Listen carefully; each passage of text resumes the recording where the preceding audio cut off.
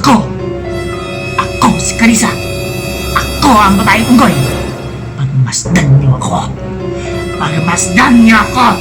Wah! Baklang to!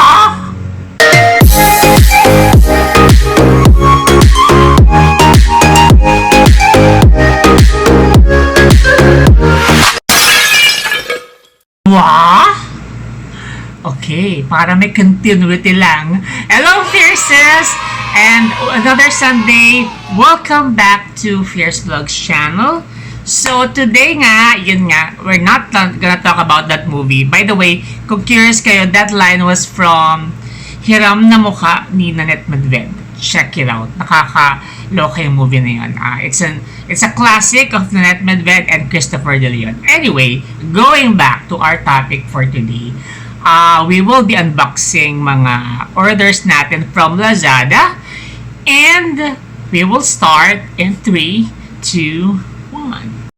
And let's start unboxing. This is the first item that we have. Okay.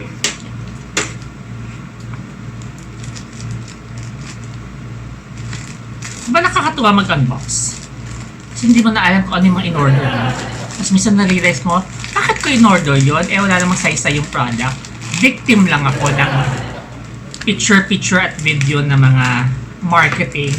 Tapos, in the end, wala namang purpose yung item for you. What's this? Okay. Let's see kung ano to.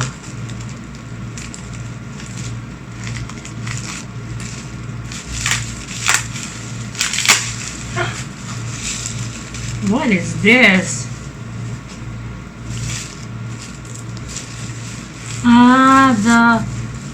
It's nice. This one, oh. The pepper and salt shaker.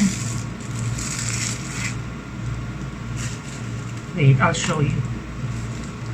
Let me.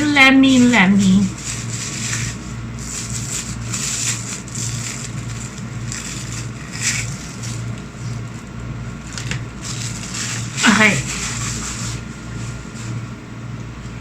Then, it's a pepper and salt shaker. Hopefully, gumagana siya. Kasi alam niyo naman, mga items sa Lazada minsan flop. I don't know kung gumagana siya. I don't know how to open it.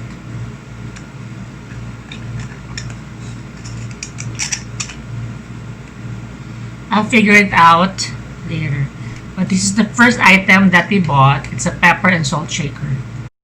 Alright guys, so we're gonna unbox one of the yung mga big. Tatakluban ko ba yung address ko? Okay, so bigger box. I think I have an idea what's this. But let's see first. Hopefully, ito yung mga issue sa ano sa mga fragile, yung mga or babasagin na mga sinaship. So sometimes you get them basag-basag na, and then kapag ibabalik mo siya sa owner, matrabaho. Diba? Matrabaho yung pag-complain, yung pagbabalik nila and all. So talagang dapat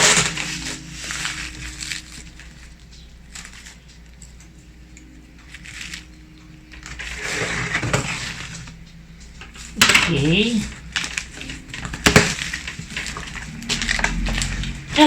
These are the mga food bottles that I ordered. Kasi nga, I'm gonna make yung burong mangga. Hopefully, mabuksan ko siya. There.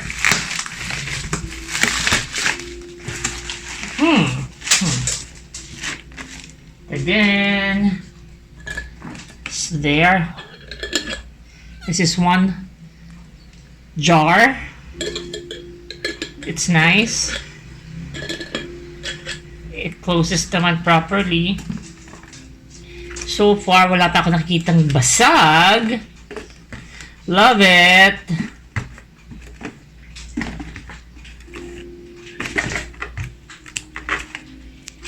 Perfect.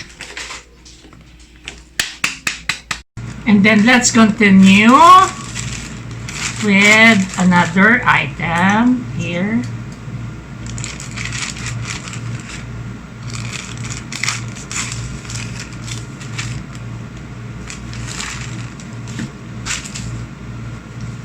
By the way guys, pag nag-open kayo ng mga package nyo or letters, make sure that you destroy ang term na gagamitin ko, yung address nyo and name, para hindi kayo ma-address theft.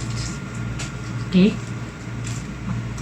This is a skincare product. Again. Nakatakot. Okay.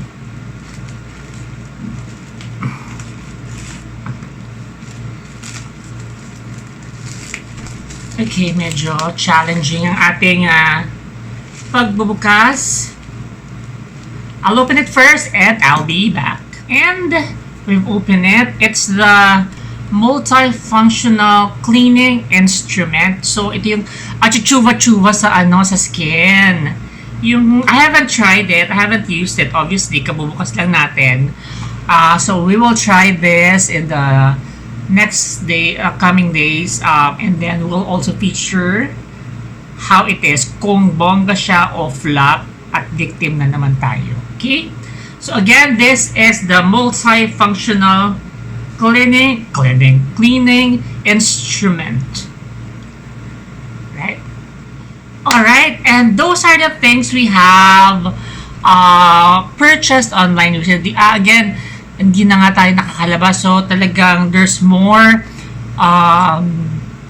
opportunity talaga yung ginamit na term to buy online. So, but then again, be careful. Siguro maggawa ako ng separate topic on how to be careful when you're doing online purchases, kasi tricky rin siya. You have to know what to buy and where to buy. Hindi laging porket maganda siya, it's the best thing to get. So, sige.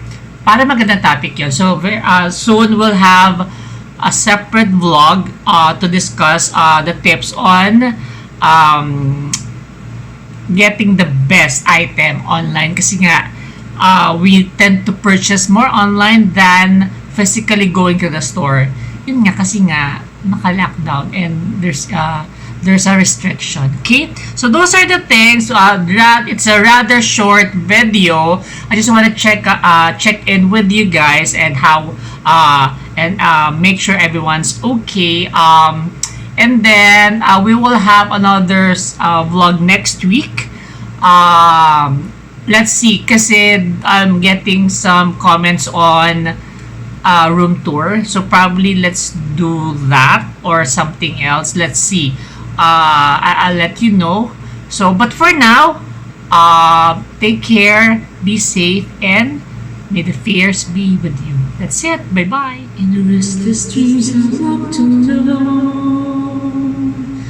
from narrow street of cobblestone, near the halo of the street living, let it seems when I was living, and the vision that was planted in my brain still remain within the sound of silence. Baklang to!